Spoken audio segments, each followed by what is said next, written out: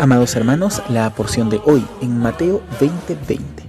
Entonces se le acercó la madre de los hijos de Zebedeo con sus hijos, postrándose ante él y pidiéndole algo. Él le dijo: ¿qué quieres? Ella le dijo: ordena que en tu reino se sienten estos dos hijos míos, el uno a tu derecha y el otro a tu izquierda. Entonces Jesús respondiendo dijo: no sabéis lo que pedís. ¿Podéis beber del vaso que yo he de beber y ser bautizados con el bautismo con que yo soy bautizado? Y ellos le dijeron: podemos. Él les dijo: a la verdad, de mi vaso beberéis, y con el bautismo con que yo soy bautizado, seréis bautizados.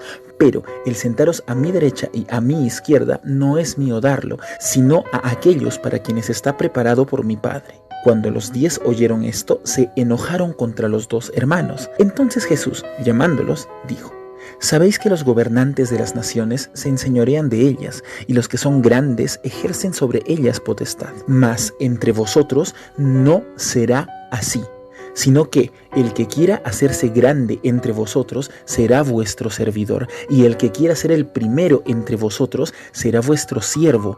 Como el Hijo del Hombre no vino para ser servido, sino para servir y para dar su vida en rescate por muchos. Amados hermanos, recordemos un poquito del contexto de la porción que nos ocupa. Jesús estaba atravesando su último viaje y lo sabía. Estaba camino a Jerusalén y él sabía que no saldría vivo de ahí. Pero en el camino, él no iba solo. Aparte de sus 12 discípulos, había una multitud siguiéndolo, pues eso era ya común desde hace tiempo. En la porción anterior, Jesús se había separado de la multitud junto a sus 12 y les había anunciado una vez más que pronto sería martirizado. Pero según vemos en esta porción, Salomé, la madre de los discípulos Jacobo y Juan, había decidido mantenerse cerca de sus hijos y, no sabemos si a escondidas o bien disimulada, escuchó que Jesús anunciaba su pronta muerte ahí en Jerusalén. Entonces, viendo que el tiempo se agotaba, no sabemos si ella ya habría planeado hacer esto antes y por la premura se armó de coraje para hacerlo, o si quizás actuó intempestivamente sin pensar mucho de lo que iba a decir, pero irrumpió en la conversación privada de Cristo con sus discípulos, arrastrando con ella a sus hijos para hacer una petición. Versículo 20. Entonces se le acercó la madre de los hijos de Zebedeo con sus hijos, postrándose ante él y pidiéndole algo. Ella, al acercarse a Jesús, trajo consigo a sus hijos, dando a entender que la petición era de ellos más que de ella. Y parece que se estaba trabando con sus palabras. No en vano el escritor dice que ella estaba pidiéndole algo, como si nadie le estuviera entendiendo lo que estaba pidiendo. Ella sabía que estaba fuera de lugar. La reunión era con los discípulos, no con ella. Seguramente su intromisión hizo ponerse molestos a los demás discípulos. Además, ella sabía que ni ella ni sus hijos tenían derecho alguno de hacer la petición que ella estaba a punto de hacer. Pero ella no se iba a callar. Ella ya estaba ahí y quería expresarse. Entonces Jesús pone toda su atención en ella y le habla, haciendo que todos los demás la tomen en serio. Versículo 21. Él le dijo: ¿qué quieres? Ella le dijo: ordena que en tu reino se sienten estos 2 hijos míos, el uno a tu derecha y el otro a tu izquierda. Salomé quería que sus 2 hijos estuvieran en el rango más alto de la jerarquía. Ella quería que Jacobo y Juan sean los lugartenientes de Jesús, de modo que si algo le sucedía al maestro, ellos estarían a la cabeza. Versículo 20. Entonces Jesús, respondiendo, dijo: no sabéis lo que pedís. Aunque seguramente estaría mirándola a ella cuando daba esta parte de la respuesta, Jesús sabía muy bien que Jacobo y Juan estaban detrás de todo esto. Ellos creían ser los adecuados para estar a cargo del grupo después de Jesús, y su madre solo estaba haciendo de portavoz. Entonces Jesús se dirige a estos 2 y les dice: ¿podéis beber del vaso que yo he de beber y ser bautizados con el bautismo con que yo soy bautizado? Y ellos, Jacobo y Juan, le dijeron: podemos. Ay, Jacobo y Juan, no tienen idea de lo que están diciendo. Beber del vaso y ser bautizados con el mismo bautizo no era lo que ellos creían que era. Pero Cristo, en su inefable sabiduría, sabía que ellos, un poco de tiempo después, sí que participarían de estas cosas. Versículo 23. Él les dijo: a la verdad, de mi vaso beberéis, y con el bautismo con que yo soy bautizado, seréis bautizados. El vaso del que Cristo hablaba era el vaso del dolor que tragaría muy pronto. De la misma forma se expresó ante el Padre cuando en oración le dijo: si es posible, que pase de mí esta copa, pero que no se haga mi voluntad sino la tuya. Esto está en Mateo 26:39. Y así como el vaso del que habla no es uno literal, sino uno figurado, también el bautismo del que habla no es un bautismo literal, sino uno figurado. Jesús bebió la copa del dolor allá en Jerusalén. Y el bautismo del sufrimiento y la agonía fue su bautismo camino al Calvario, cuando le azotaron, patearon, escupieron e insultaron para finalmente clavarlo en aquella cruz. Pero Él les dijo: de mi vaso beberéis, y en mi bautismo seréis bautizados, porque Él sabía que ellos también atravesarían gran sufrimiento, y esto causado por los que odiaban a Cristo por causa del Evangelio.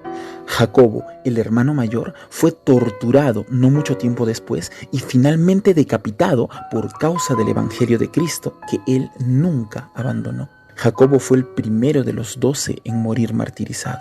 Y Juan durante décadas sufrió azotes, insultos, amenazas de muerte y terrible persecución hasta que finalmente lo capturaron, torturaron y exiliaron a Patmos. Todo por causa del mismo evangelio que él tampoco abandonó jamás. Pero el sentaros a mi derecha y a mi izquierda no es mío darlo, continúa Jesús en el versículo 23, sino a aquellos para quienes está preparado por mi Padre. El lugar que cada uno de nosotros ocupa en el ministerio no es el que nosotros caprichosamente elegimos, sino es el que el Padre ha determinado para cada uno de nosotros. No solo habla de los 12 discípulos, sino también de cada uno de los creyentes. ¿Quién sino te otorgó los dones que determinan el lugar que ocupas en la iglesia de Cristo? ¿Y qué pasaría si teniendo los dones y talentos para una cosa hicieras algo muy diferente? ¿Sería esto provechoso para la iglesia de Cristo? ¿Siquiera sería esto algo bueno para ti? Claro que no. Volviendo a Jacobo y a Juan, vemos que finalmente los que lideraron la iglesia después de que Cristo ascendiera no fueron Jacobo y Juan, los hijos de Zebedeo, sino Pedro primero y luego Santiago, el hermano menor de Jesús, al ejercer el pastorado de la iglesia de Jerusalén. Aunque Jacobo y Juan, o la madre de ellos, lo pidieran, no fue esa la voluntad de Dios para ellos. Y en la iglesia, su voluntad es la única que realmente importa. Versículo 24. Cuando los 10 oyeron esto, se enojaron contra los 2 hermanos. El enojo de los otros apóstoles es por causa de los celos. Cada uno de ellos también quería estar hasta arriba en la cadena de mando. Claro, habrían dicho ellos, los hijos de Salomé querían ponerse por sobre todos nosotros con una argucia tan mediocre. Pero, versículo 25, Jesús llamándolos, dijo: sabéis que los gobernantes de las naciones se enseñorean de ellas, y los que son grandes ejercen sobre ellas potestad. En aquella época, el más fuerte asumía por la fuerza el control sobre los demás. Los gobiernos eran comúnmente despóticos, tiránicos y dictatoriales. Pero entre vosotros, continúa Jesús, no será así, sino que el que quiera hacerse grande entre vosotros será vuestro servidor, y el que quiera ser el primero entre vosotros será vuestro siervo. En la iglesia de Cristo nadie se impone sobre su hermano, sino que, siendo ejemplo, es que alcanza a ser guía sobre los demás. Los líderes en las iglesias no son reyesuelos ni mandamases que gobiernan en base a títulos o el poder de la violencia o el dinero, sino gente muy esforzada en la obra de Dios, que con su trabajo, perseverancia y sabiduría inspiran a los demás a seguirles. Aún los pastores son ovejas entre ovejas, que por la gracia de Dios tienen el respeto para guiar a las demás ovejas por su ejemplo en el servicio, más que por la grandilocuencia de palabras o por algún otro factor de dominio. Entre nosotros no hay jerarquías. La iglesia solo tiene una cabeza, que es Cristo, y los demás somos solo los miembros de su cuerpo, manos, pies, ojos, orejas, dependiendo donde el Señor nos quiera poner.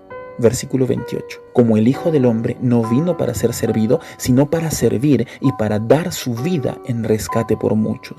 Cristo está reconociendo con sus propias palabras la razón principal de su venida a esta tierra. Pablo lo explica un poco más detallado cuando en 2 Corintios 5:21 dice: al que no conoció pecado, por nosotros lo hizo pecado, para que nosotros fuésemos hechos justicia de Dios en él. La parte sacrificial en la vida del cristiano es una verdad muy importante, aunque muy eludida por muchos. Si bien es cierto, nosotros no vamos a morir para salvar el alma de nadie, pues el sacrificio de Cristo es perfecto y suficiente para salvar el alma de cada uno de nosotros, el creyente sí sacrifica tiempo, recursos y grandes esfuerzos por Cristo y por su iglesia. Y así como fue el amor el que llevó al Dios de los cielos a tomar la forma de siervo para entregar su vida en nuestro favor, es también el amor a Cristo y a su obra el que nos lleva a hacer grandes sacrificios en favor del Evangelio.